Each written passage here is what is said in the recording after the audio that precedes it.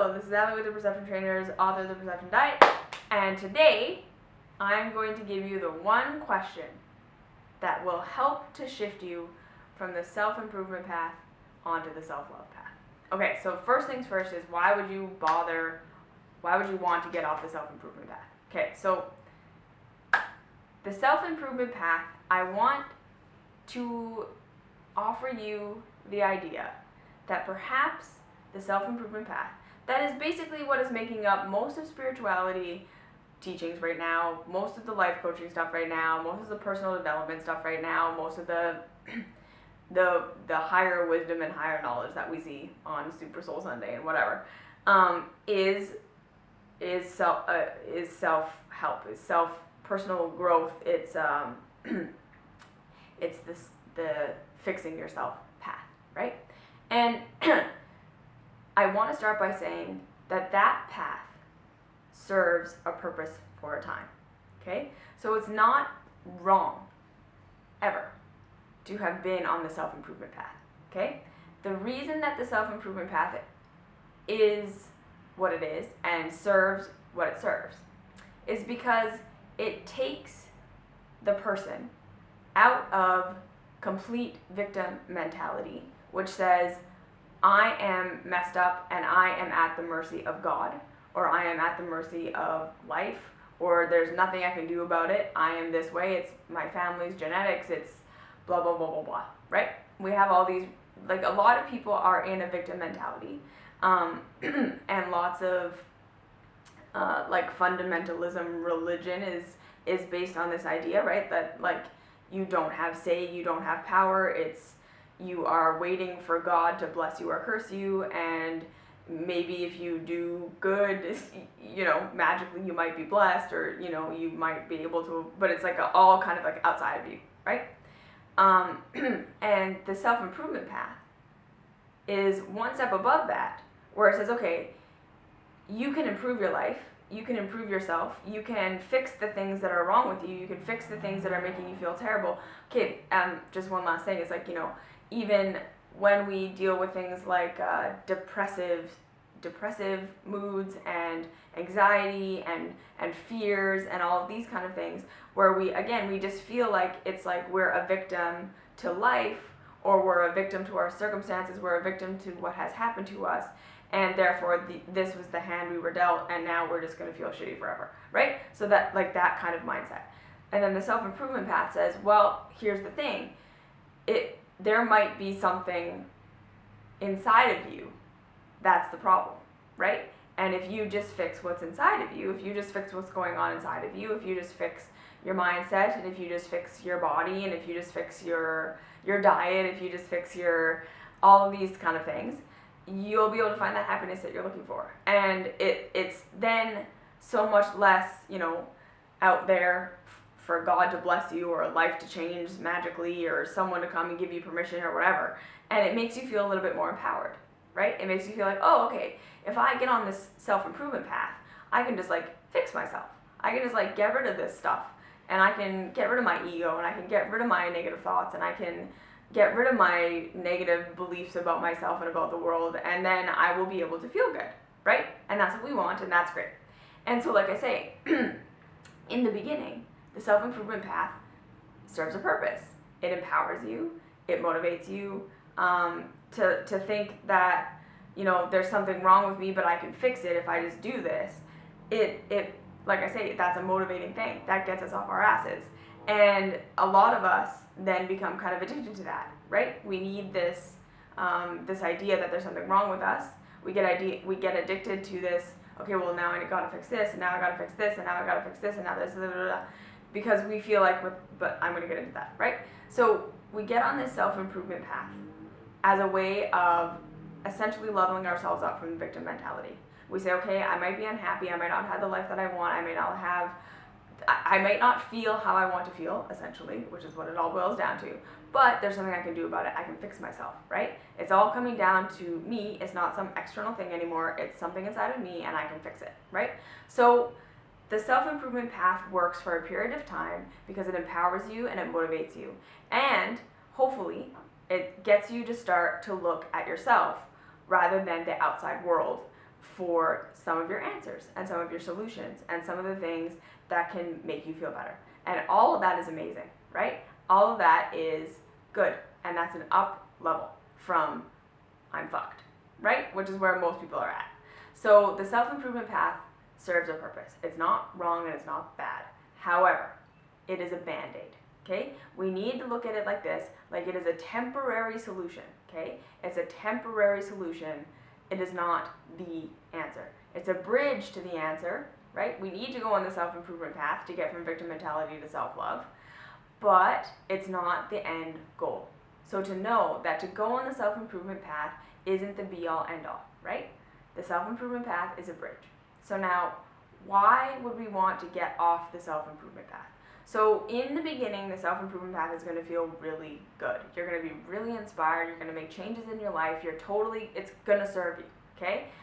And you're probably going to see results. This is the thing. You're probably going to see at least small positive results, right? You get on the self-improvement path and it's like, okay, I got some, motivation to work out and eat a little bit healthier, and now I feel physically better, right? You see an improvement there.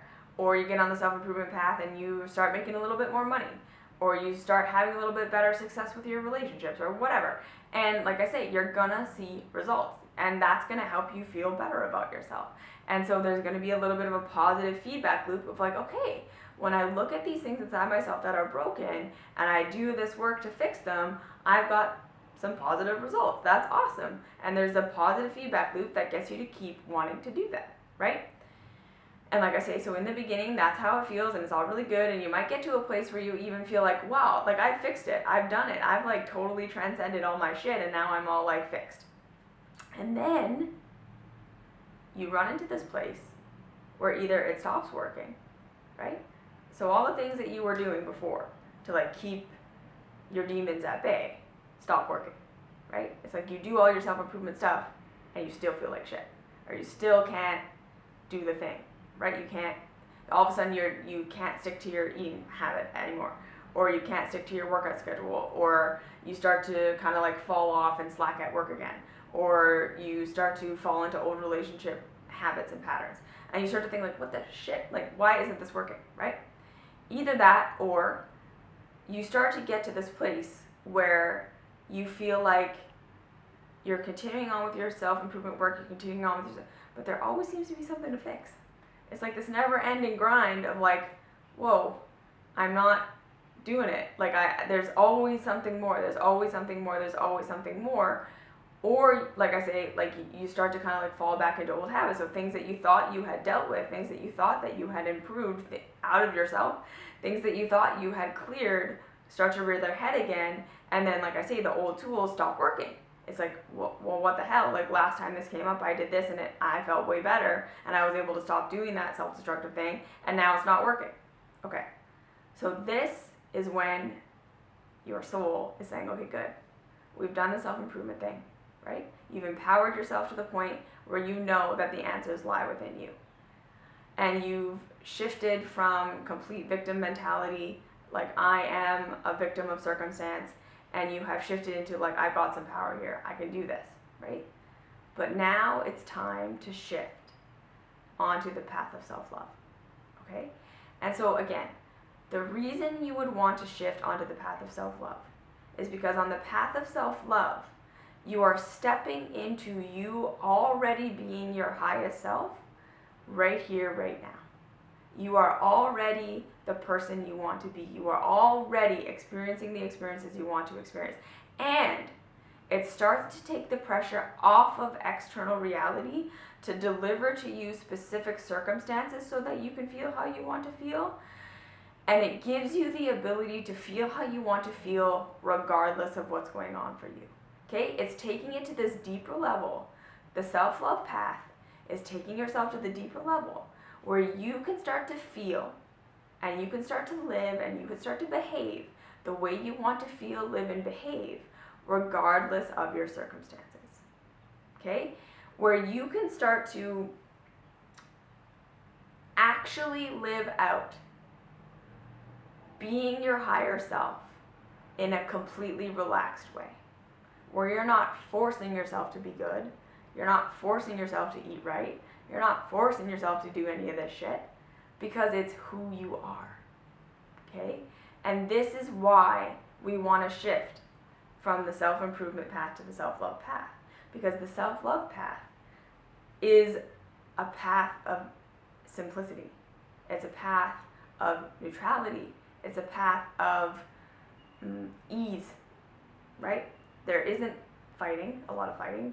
There isn't a lot of white knuckling or any of that, right? On the self-love path, you get to exist as your highest self joyfully. This is why we want to shift, right? And so essentially, right, because on the self-improvement path, because of the way the law of attraction works, because of the way vibration works, when you're moving from a place of there always being something about you to fix, that's where your consciousness level is at, which means every solution to every problem that you have is only going to generate more problem that needs a solution.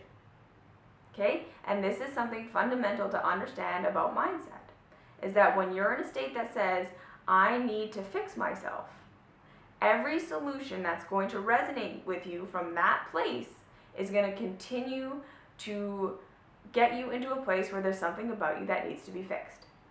Okay? On the self-love path, you're saying, I'm already perfect. I'm already complete. There's nothing about me to improve. There's everything about me to realize and actualize. That's it. Okay? I'm not broken. I'm already who I want to be. I'm already there. It's done. I'm just walking it out now. Can you feel the difference between that? There's something about me that needs to get fixed because I'm fundamentally broken, but I can fix myself, right?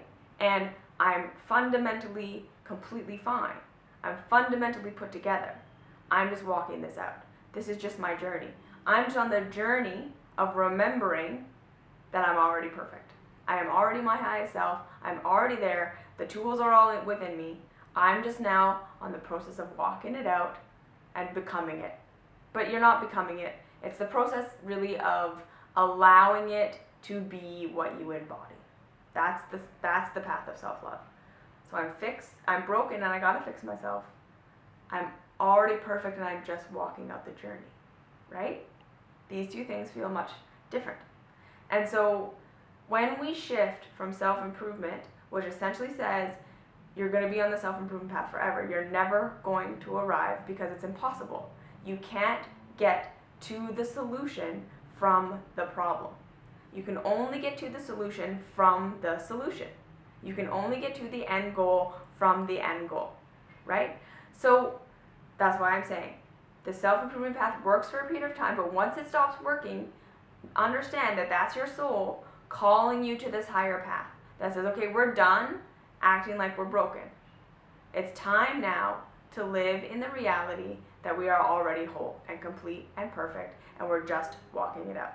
So to make this shift, the one question you need to ask yourself is, if I didn't have anything to fix about myself, what would I be doing with my life?